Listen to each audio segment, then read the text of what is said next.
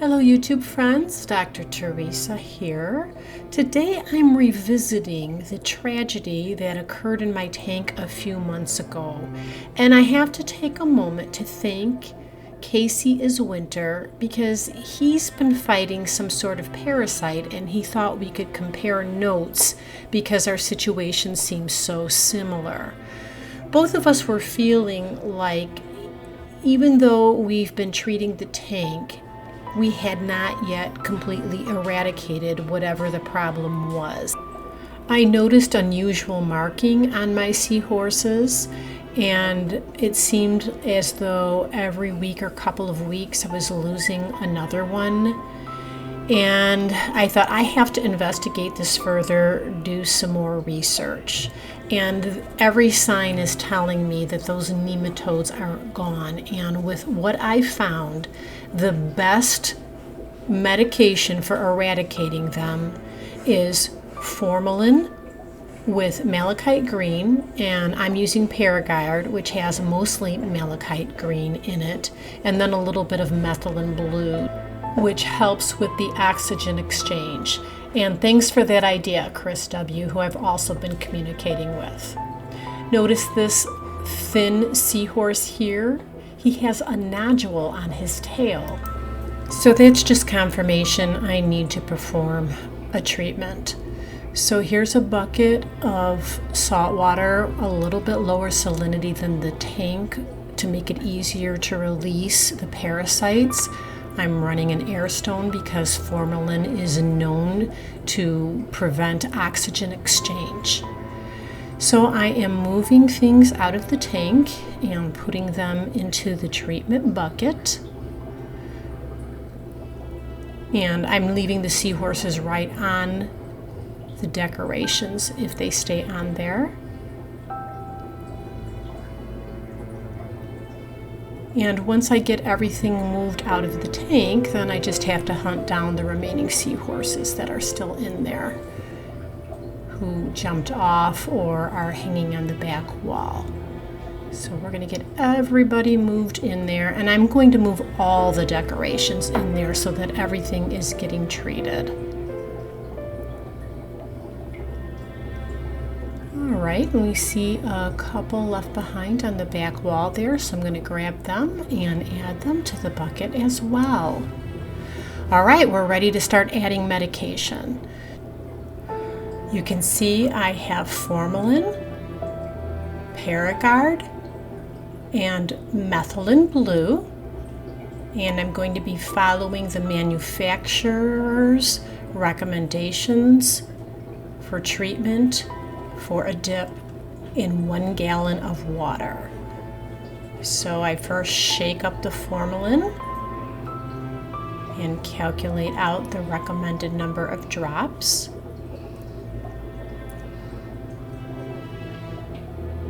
Now, formalin and malachite green are a great combination. They support each other very well in a treatment. So that's why I'm using the Paragard, because it is mostly malachite green.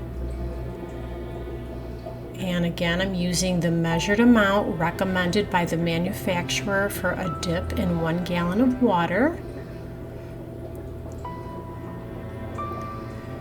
And then I'm just adding a tiny bit of that methylene blue, which I appreciate Chris W. recommending, just to help with that oxygen exchange that gets depleted or reduced with formalin. And I set the timer for 50 minutes. I'm going to see how they do, and I'll be checking in on them regularly. But meanwhile, I'm going to vacuum the bottom, and I'm going to take out approximately 50% of the water of the tank.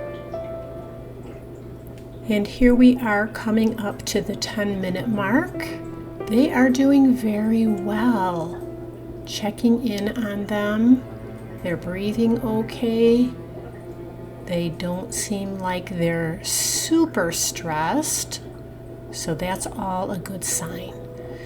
So then I start refilling the tank to almost the top. And now we're hitting 20 minutes left, and let's check on the seahorses. They are looking good. They're holding up well.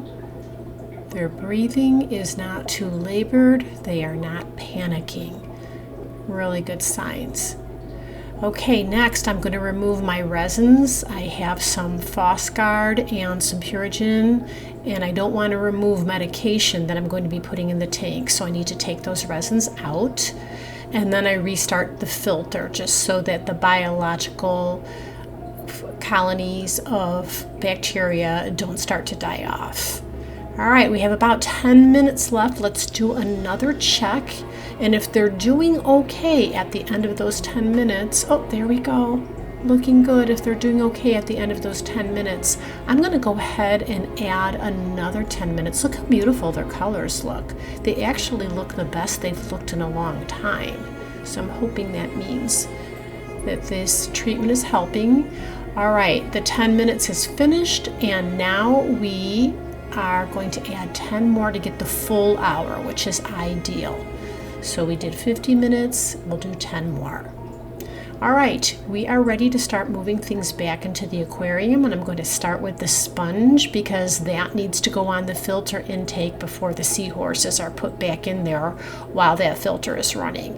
So I'm rinsing it to get as much of that formalin and methylene blue off so it doesn't hurt the biological filtration too much.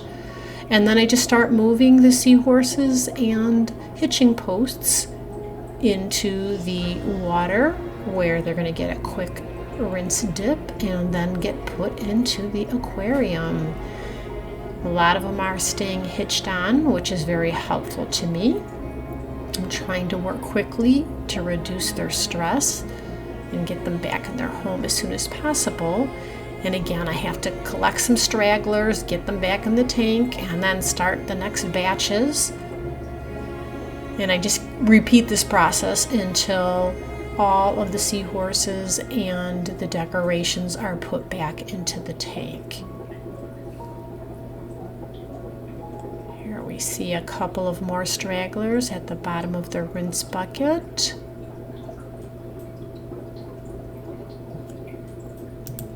Okay, now it's time to finish filling up the water.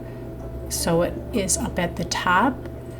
And then I'm going to add the tank dosage long-term treatment of Paragard to help with any remaining nematodes.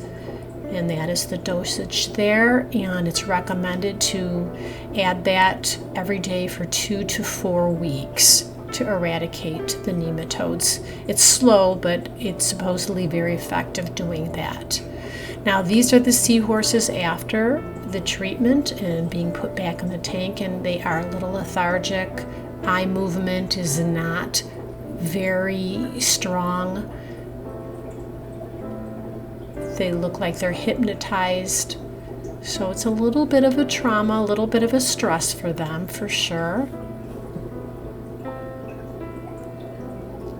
But look at their colors. Their colors look really good. So I'm very hopeful that that treatment really did eradicate those nematodes.